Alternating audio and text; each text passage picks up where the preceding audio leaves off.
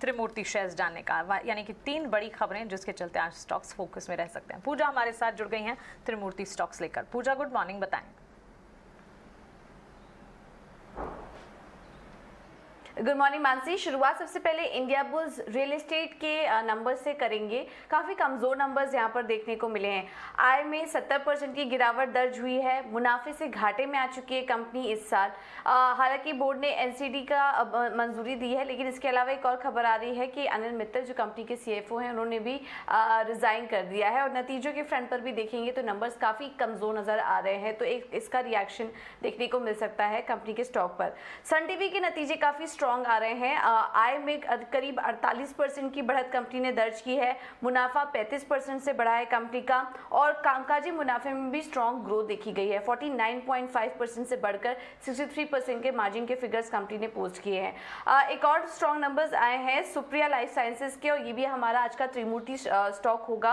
आय में देखेंगे तो वहां पर 31% की ग्रोथ कंपनी ने दर्ज की। मुनाफा 227% बढ़ा है कंपनी का, और कामकाजी मुनाफा भी जो है वहां पर भी 102% की बढ़त हुई है। मार्जिन के फ्रंट पर भी नंबर्स काफी स्ट्रॉन्ग हैं। तो सुप्रिया लाइफ साइंसेज और सन टीवी स्ट्रॉन्ग नंबर्स के चलते आज यहाँ पर रिएक्शन देखने को मिल सकता है। इंडिया बुल्स रियल एस्टेट के कमजोर नंबर्स।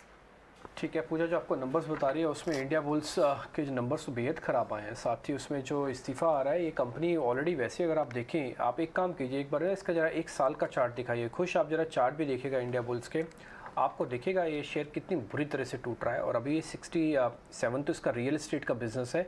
इंडिया बुल्स का बिज़नेस अगर आप लेके आएंगे, उसका चार्ट लेके आएंगे, आपको दिखेगा ये 100 रुपये के आसपास आके एक बार रुकता है, फिर थोड़ा चलता है, फिर नंबर्स कुछ ऐसे आते हैं ख़राब, तो फिर ये टूट जाता है। एक बार ज़रा इंडिया बुल्स के चार्ट लेके आइए, इंडिया बुल हाउसिंग फाइनेंस और रियल एस्टेट दोनों की, और खुश दोनों का चार्ट आप चेक कीजिए, इंडिया बुल्स रियल एस्टेट का और इसका हाउसिंग फाइनेंस का, दोनों का। जी हाँ, देखिए मैं इंडिया बुल्स रियल एस्टेट से शुरुआत करता हूँ। मेजर ट्रेंड जो है ये तो बहुत ही नेगेटिव है, जैसा कि आपने बताया। एक जरा सा बाउंस आ रहा है, बट कहीं भी स्टॉक ने मीनिंगफुली अपने जो 50 डे मूविंग एवरेज है इसको कन्विंसिंगली क्रॉस किया ही नहीं है। तो इसमें कोई तो देखिए बाय का बाय की सलाह तो मैं दे ही नहीं सकता। 5960 के जो जोन्स हैं जहां पे स्टॉक ने एक बेस बनाने का अटेम्प्ट किया है, मैं सजेस्ट करूंगा अगर किसी की एग्जिस्टिंग पोजीशन हो तो उसे अपना स्टॉप लॉस बना के चलिए। और अगर उस लेवल के आसपास ये स्टॉक आता है तो एक बार के लिए आप इसे एग्जिट कर जाइए। There are plenty of other better options to invest in or deploy your funds in. India Bulls Housing Finance की अगर इसके सामने बात करें तो इसकी भी ट्रेजेक्टरी सिमिलर रही है।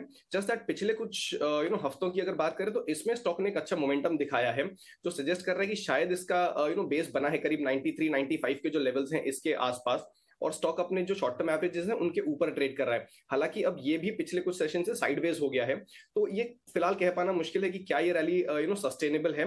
तो बिकॉज इतना डाउट है दोनों ही चार्ट्स में। खैर इंडिया बुल रियल एस्टेट तो वीक ही लग रहा है, बट बिकॉज इसमें भी जरा सा डाउट के संकेत आ रहे हैं, बिकॉज 130 के आसपास इसका एक रेजिस्टेंस जोन है। मेरी सलाह रहेगी दोनों स्टॉक्स को फिलहाल अवॉइड करिए। इंडिया बुल्स हाउसिंग फाइनेंस अगर आप होल्ड कर रहे हो तो 120 का एक ट्रेलिंग इमीडिएट स्टॉप लॉस लगा के चलिए। अगर स्टॉक इसे ब्रेक करता है तो आप इससे भी एग्जिट कर जाइए। ये दोनों शेयर हमने जानबूझ के आपको इसलिए दिखाया क्योंकि दोनों में ना थोड़ा सा डाइवर्जेंस दिख रहा है। India bull housing finance India Bull real estate के मुकाबले थोड़ा ज़्यादा बेहतर है। अपनी आप स्क्रीन पे देखेंगे ना तो एक बार जो पहला चार्ट 50 वीक से पहले वाला चार्ट जो आप इंटर दिखा रहे थे, आपको उससे पहले वो क्लियर दिखेगा। अच्छा, India Bull real estate back to back टूट रहा है, इंडिया बुल हाउसिंग फाइनेंस में तो थोड़ा बहुत चला। ये दोनों कंपनीज आपस में कनेक्टेड में, एक रियल एस्टेट है और इसको हाउसिंग फाइनेंस को करने वाली कंपनी है। तो अगर आप फिर भी थोड़ा बहुत ध्यान रखना चाहें तो इंडिया बुल हाउसिंग फाइनेंस पे ध्यान रखिएगा, जहाँ पे आपको 120 का स्टॉप लगाना है।